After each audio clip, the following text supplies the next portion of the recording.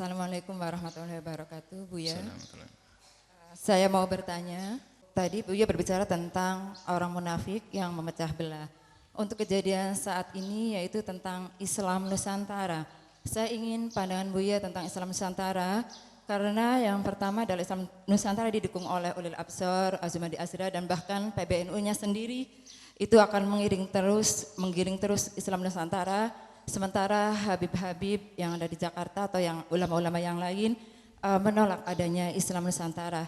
Saya pengen pandangan Buya tentang ini karena saya bingung sekali mesti mana yang harus diikuti, PBNU yang mendukung Islam Nusantara atau PBNU atau Habib-Habib yang menolak adanya Islam Nusantara. Demikian Buya. Assalamualaikum warahmatullahi wabarakatuh. Adapun di saat orang kafir berdoa, kita tidak perlu mengamininya karena berdoa itu adalah memohon. Kalau kita mengamini juga kita ikut memohon. Sementara yang dipuja adalah Tuhan-Tuhan palsu, maka kita tidak perlu mengamini doa-doa mereka. Kalau mereka mengamini doa mereka suka-suka, kita tidak memaksa mereka untuk mengamini kok. Seperti begitu juga jangan paksa aku untuk mengamini. Ini adalah toleransi kalau orang mau bicara toleransi. Jangan gara-gara kita tidak mengamini, wah ini orang ekstrim gak ngerti toleransi. Oh tidak, kalau saya berdoa orang kafir tidak wajib mengamini. Kalau dia mengamini ya suka-suka. Karena apa? Yang disanjung, yang dipuja dan dipuji adalah bukan Allah, tapi Tuhan-Tuhan palsu yang mereka anggap. Adapun Islam Nusantara, dia menyebut dua nama, uli nama. Ini adalah tokoh-tokoh yang membawa kerusakan di atas bumi ini.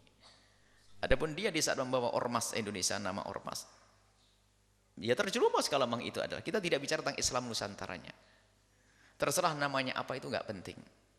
Tapi siapa orang yang di dalamnya yang menghidupkannya itu yang jadi masalah.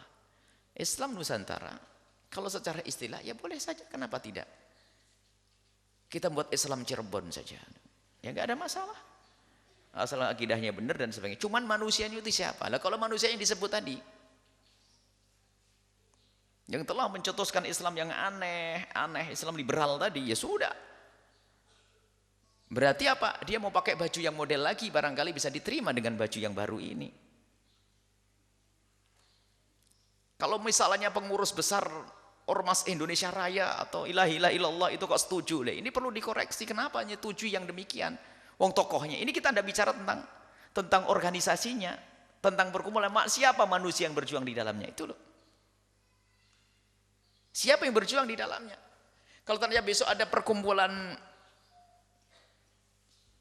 tidak usah Islam Nusantara, Islam Indonesia, terus bahasa Islam keindonesiaan, yang diinginkan adalah mungkin mengembalikan kepada Islam Indonesia beberapa tahun yang lalu, yang nggak ada caci maki dan olok-olokan, bisa, dan itu sah. Siapa pelakunya? Ternyata mendatangkan ulama-ulama yang jelas, tokoh-tokoh besar, ulama-ulama didatangkan dari pesantren di Jawa Timur, dilibatkan pesantren-pesantren besar dari tokoh-tokoh yang diakui. Ya benar, tapi kalau kita buat nama baru, biarpun namanya sama dengan nama yang selama ini ada, baik. Anggapnya Islam Wali Songo, namanya kan hebat. Tapi kalau pelakinya yang songong misalnya, jadi masalah. Wali Songo gelarnya, Islam Wali Songo. Tapi pelakunya adalah orang yang membuat kerusakan tadi, nama-nama yang disebut tadi itu. Ya jangan dong. Masalah istilah saya tidak peduli dengan istilah.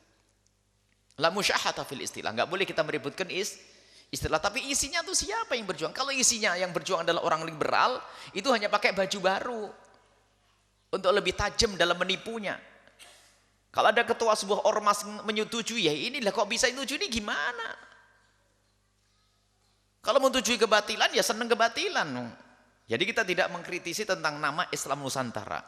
Kalau nama bisa berubah, setelah kritis ini jangan pakai Nusantara deh. Pakai yang lainnya, tetap orangnya itu. Nah itu kan baju beda. Jadi kalau saya pakai baju polisi, bukan langsung saya jadi polisi. Inti tangan, ini siapa itu? Buya Yahya kok pakai baju polisi? Oh itu hanya mau difoto saja sama Pak Polisi, selesai. Bukan berarti saya langsung jadi polisi. Masalah baju boleh, tapi tetap manusianya itu loh. Siapa? Apalagi dua tokoh yang disebut tadi ini. Nah ini jelas sudah. Jadi kalau masalah baju jangan kita, sekarang kita membahas tentang istilah. Jangan terbawa kepada istilah.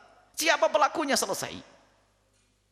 Nah, kalau pelakunya adalah membawa Islam liberal, Islam ngaco, ya pakai label apapun, biarpun Islam, Quran, hadis, sunnah, kitab sunnah, ya kita percaya, ente pelakunya.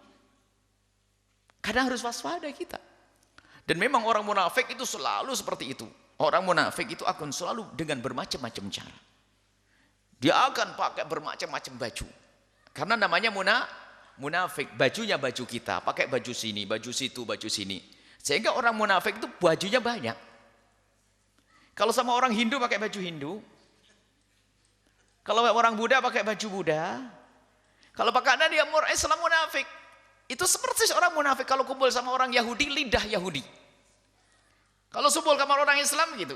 Kayaknya Islam bawa Al-Quran ini. Bahkan bawa nama pondoknya, mbahku, bapakku. Dibawa semuanya. Ini. Situ. Namanya munafik. Selalu pakai baju yang macam-macam. Bajunya banyak itu. Sekarang baju barunya Islam Nusantara. Nah kalau Islam Nusantara ternyata dipegang oleh tokoh-tokoh mulia, pembela kebenaran yang sesungguhnya, saya bergabung di situ. Al-Bahjah menjadi pendukung Islam Nusantara. Akan tapi kalau ternyata pelakunya adalah pembawa keonaran, penoda akidah, nggak ada perlunya kita ikut. Jadi permasalahannya adalah bukan urusan nama, tapi siapa pelakunya. Maka kalau sudah orang-orang tersebut membuat program apapun, seindah apapun, kita tidak boleh mudah terpengaruh. Sebab yang namanya orang munafik akan selalu menyusupkan kemunafikannya, ingin membawa orang-orang kepada kekafiran. Lihat ayat selanjutnya kalau kita baca, bagaimana mereka menginginkan kita tuh masuk ke agama mereka. Ayat selanjutnya itu.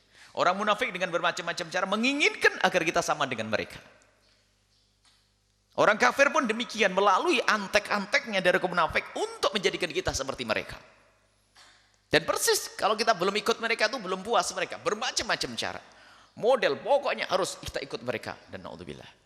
Kalau sudah ikut mereka, ikut grup mereka, biarpun kita seolah-olah kopiahnya putih, masih bajunya putih, tapi hatinya sudah anti-Islam. Anti-Islam yang benar. Ini adalah duri dalam daging umat Islam. Enggak peduli. Biarpun dia adalah, kita tidak bisa menyebut tokoh, apakah ketua ormas atau apa. Biarpun dia jubahnya berkibar kayak apapun, tidak. Kalau sudah ikut Islam ngaco, dia adalah ngaco. Kita perlu menyelamatkan umat. Jika betul cerita dari ibu tersebut. Sebab kita tidak pernah peduli dengan urusan istilah. Tidak pernah kita ngurusi istilah itu. Sedangkan bagaimana punya Islam Nusantara? Saya tidak pernah punya urusan. Kalau masalah nama mah terserah. Dulu ada Islam ngaco itu pakai ganti nama kok. Islam yang nggak ngaco mulai dari nama Darul Hadis dulu, kemudian Islam Jamaah, LDII, macam-macam, namanya 1000 nama. Ya tetap itu saja.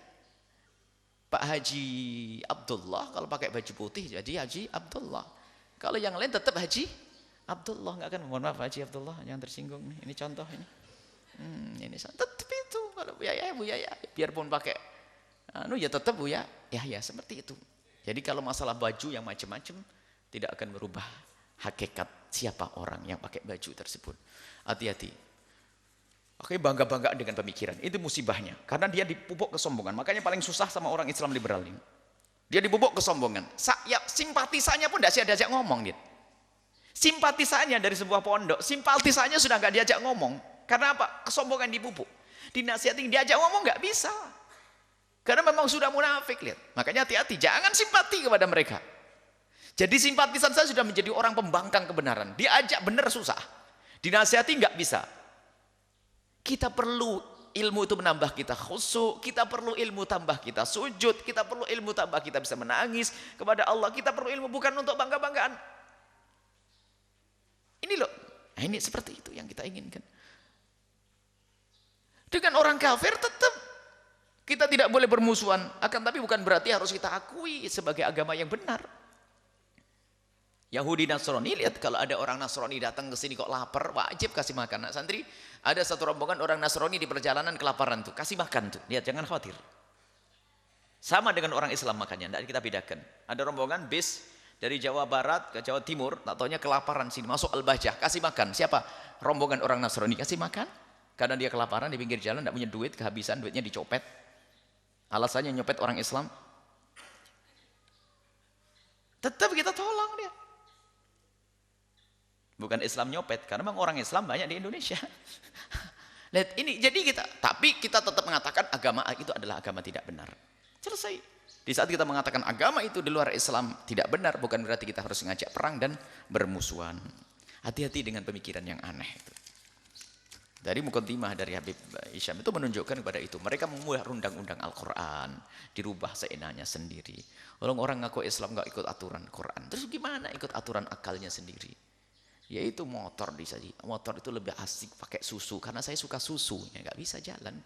Ya tetap motor pakai bensin. Susu lebih mahal dari bensin, biarpun lebih mahal dari bensin tetap harus pakai bensin. Itu orang sehat, nggak usah ngatur pakai akalnya sendiri.